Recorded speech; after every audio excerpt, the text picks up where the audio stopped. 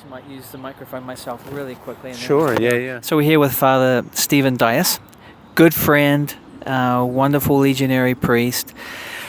And, typical, I'm going to ask him a couple of questions and we're going to go right from there. So, Father Stephen, we'll stick that on there again.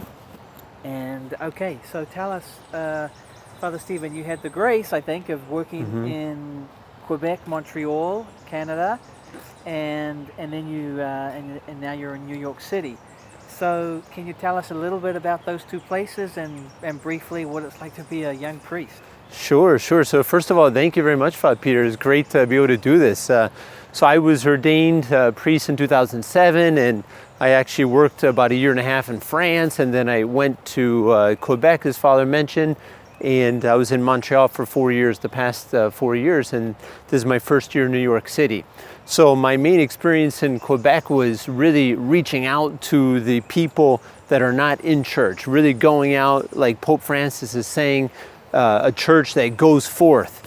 And that has been also my experience now in New York. It's been wonderful, really reaching out, working with people that maybe aren't necessarily practicing, because I believe that we really need to be good shepherds. The church has to be a home for all people, and like Christ, who worked with sinners, went out to them, who loved them. This is my inspiration. This is what I feel the Lord is calling me to, is really reaching out to those people. So in New York, my main mission is to be working as a chaplain of Lumen Institute.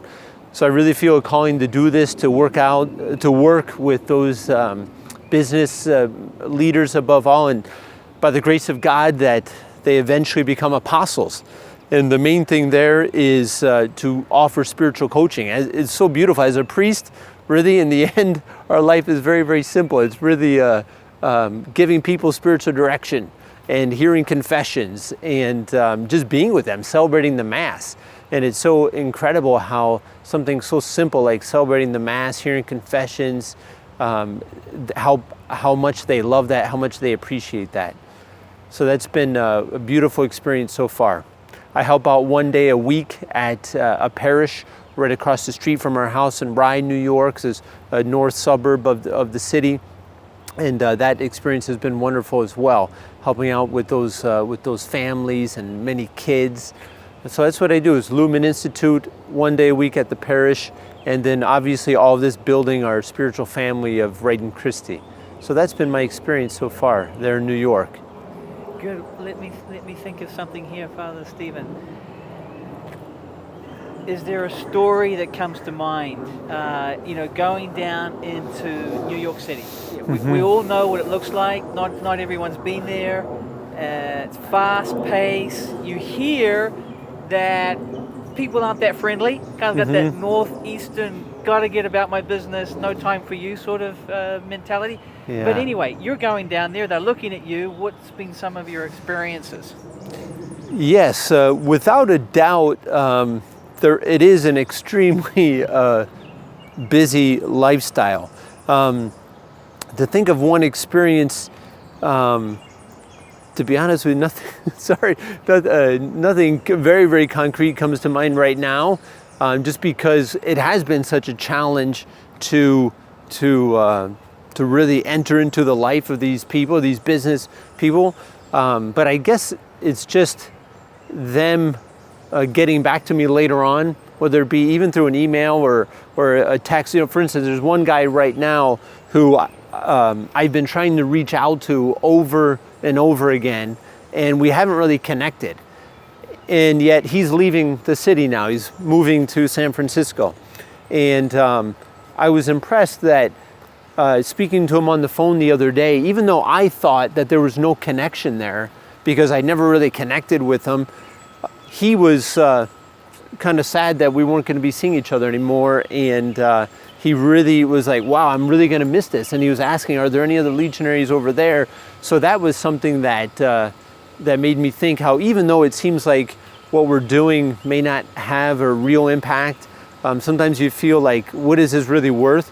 But then you speak to somebody and you realize that even the little contact we did have with them, it was profound. And there is there is meaning behind that, and God does do something with our efforts, even though they seem at times very small. Well, it's interesting. You don't see this, but behind you is a bobcat bulldozer, and at times you might feel a little bit like that. It's dirty, it's rough, it's not easy. Yeah. But to clean it up, to get into someone's life, this requires that what Father Michael said to us the other day, right? That grace-filled grit. Yes, that's right. Getting in there and bringing the message of the gospel. You mentioned Pope Francis. And I think we're all relating or assimilating his whoops, sorry, got to get that bobcat in there.